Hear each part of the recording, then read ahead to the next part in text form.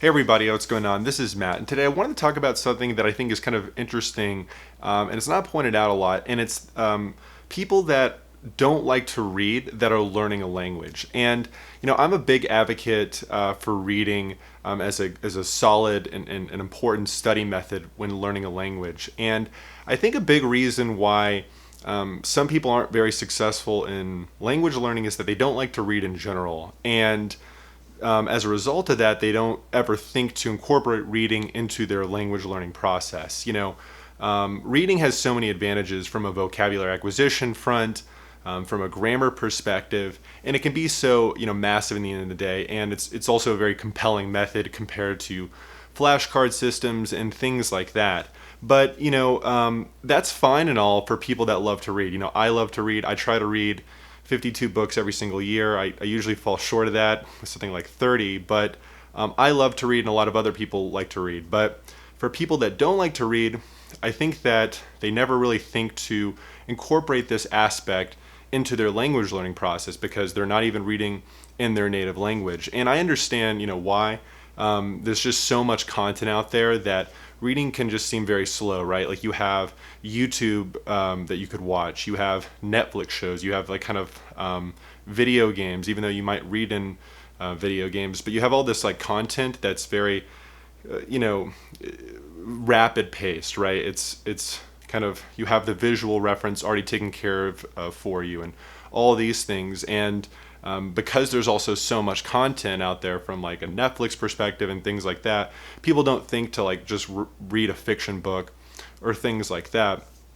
And so when they kind of approach language learning, they're not a big reader. They're not like really into that, and so they try to rely on other methods in terms of learning the language. And like I said, there are methods that are very effective, like SRS flashcard systems and things like that. But I do think that one thing that can really help take you to the next level, to take you to a more advanced level, is reading. Because with reading, you get vocabulary acquisition. You're seeing the most common words again and again.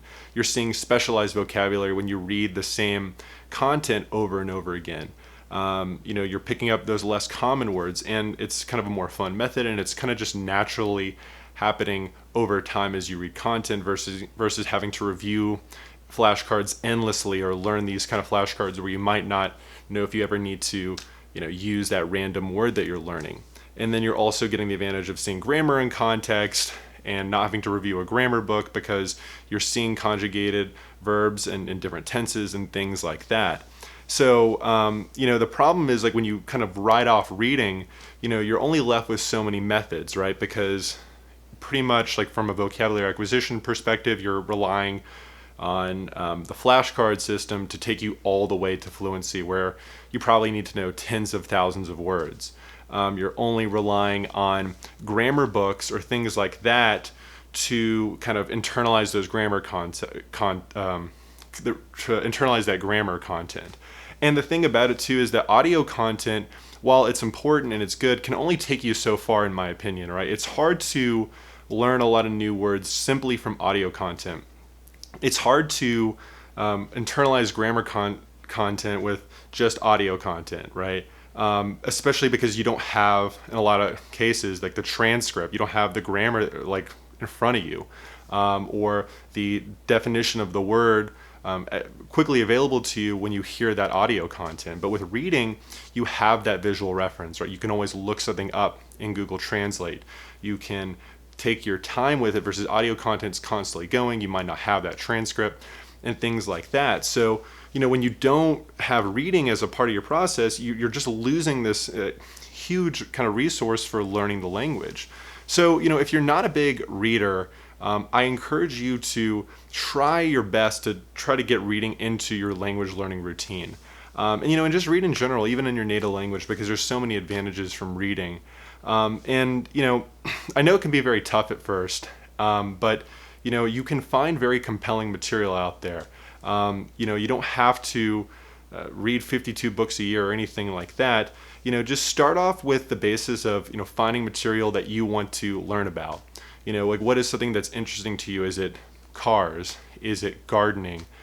Is it even video games? Because you can look up content in the language that you're learning and look up like video game news or something like that. So, stick with kind of the subject matters that you like, and then find that content in the foreign language and try to pick up reading into your process. Just because, if you write off reading because you're not into reading, I think you're at a big disadvantage.